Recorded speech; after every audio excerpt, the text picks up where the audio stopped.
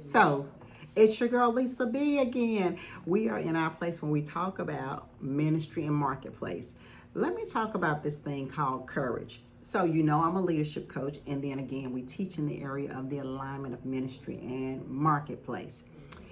Courage.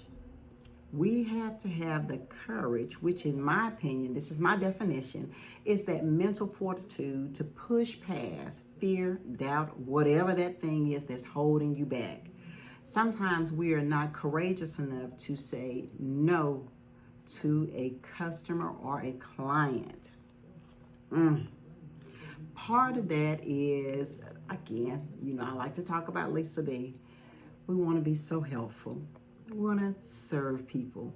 But when the person is not your client, you have to be courageous enough to do one of two things. Well, let's see, how should I say this?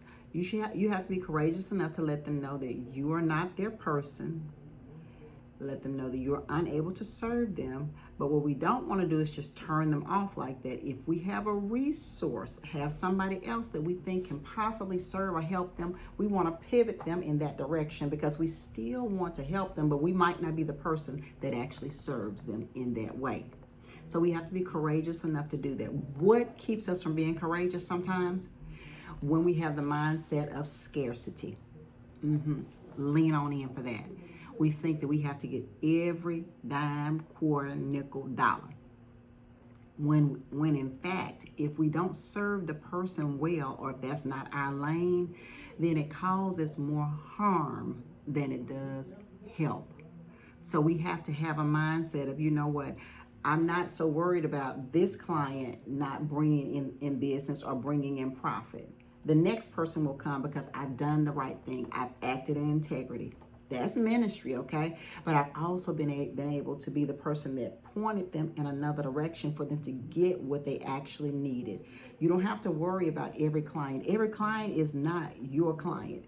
And then there'll be times when you're going to actually give services. That's part of ministry as well. We sow into. So that's why we work on boards. That's why we work actually, when we're working in ministry and not being paid for those things or compensated for those things. Those are the times sometimes when you will give away a product or give away a coaching session. We want to be positioned to do those things as well. And we have to be courageous enough to know that if we put a seed in the ground, we understand the principle. You sow it, it's going to come up. Now, it doesn't necessarily come up overnight because sometimes we think, I put it in today, is it going to yield tomorrow? No. We have to give it time to grow. We have to give that seed time to germinate and to really become strong in the ground so that when it comes up and the harvest is there, a larger harvest, because how many people understand that seeds don't just generate one? One seed can generate many. So you need to be strong enough to handle and have the capacity when that harvest comes up. So courage is going to be something that we're going to have in order to turn a client away. Courage is also something that we're going to have in order to expand our brand, to reach out, to step out, to do things even like this. I didn't want to do the long form content. First of all, I was just like, too much. And then are they going to listen? I have asked God to do this for me. This is on my ministry side. And again, they are aligning. I've asked God for those people that are aligned to my voice to be able to hear my voice. In other words, their ears are tuned to what I offer and how I can serve them. And so those are the people that I attract. I attract entrepreneurs. I attract those that are in ministry. I attract leaders. Those are the people I attract. And I'm thankful for that because they hear my voice and their ears tuned to what I have to say and how I can help them on the journey of the ministry and marketplace alignment. This is what they've been looking for, and I'm positioning myself to be a solution. So you have to be courageous enough to push the button sometimes. You have to be courageous enough not only to push the button, but to post the video, to put the book out, to offer the service, to offer the class. Listen, I've had multiple classes that I've done. People have come. They came for the free. They got all the tea, so to speak. And then on the back end, when I've made my offers, I got crickets. But that did not stop me from showing up again. So when I began to still show up, serve the people, even though I knew it had failed before, because that'll impact your courage, right? That'll impact your self-esteem. But these are things we learn from. Everything is not going to be on 1,000 as soon as we get out here in this space and begin to say, this is what I have to offer. It will not be like that automatically. So get that in your mind as well, and be in this thing for the long haul. How about that? You've got to play the long game. What do they say? Chess, not checkers. This is a long-term thing, and especially when you know you want to impact generation after generation. And that's one of the reasons, again, we have to be courageous. Get it on out there, and also be courageous enough to pivot when necessary.